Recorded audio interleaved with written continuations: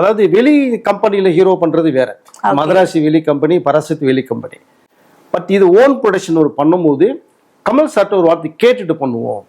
அவருக்கு வந்து 2 பேர் 2 கண்கள் சொல்றாரு. ஒன்று ரஜினி சார், இன்னொன்று கமல் சார். ரஜினி சாரை பார்த்து தான் நான் அவருடைய பாதையில் தான் போறேன். நான் அவருடைய வாய்ஸ் வச்சு தான் நான் பெரிய ஃபெமிலியர் ஆனேன்.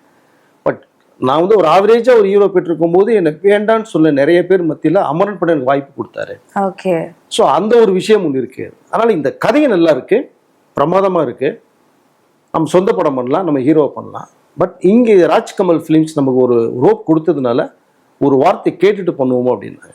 ஓகே. இது எஸ்கேவே கேட்கும் போது கமல் வந்து ஒண்ணுமே பண்ணல. அவரே சொன்ன, நீங்க சொன்னதான் அது கேட்டாரு. ஏன் உன்னோட ப்ரொடக்ஷன் நீ பண்ணிட்டு போலாமே. ஓகே.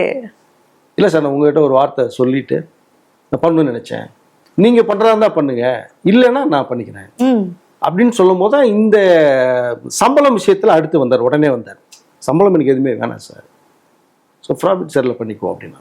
ஸோ இருந்தாலும் மரியாதைக்கு ஒரு அட்வான்ஸ் கொடுக்கப்பட்டது. அதனால இந்த எஸ்கே ப்ரொடக்ஷன்ஸ்ல வந்து வருஷ படம் பண்றாரு. அதை நாமளே தயாரிச்சு நாமளே பண்றதை விட மற்றவர்களுக்கு வாய்ப்பு தரணுங்கிறது அவருடைய தாட்ஸ்.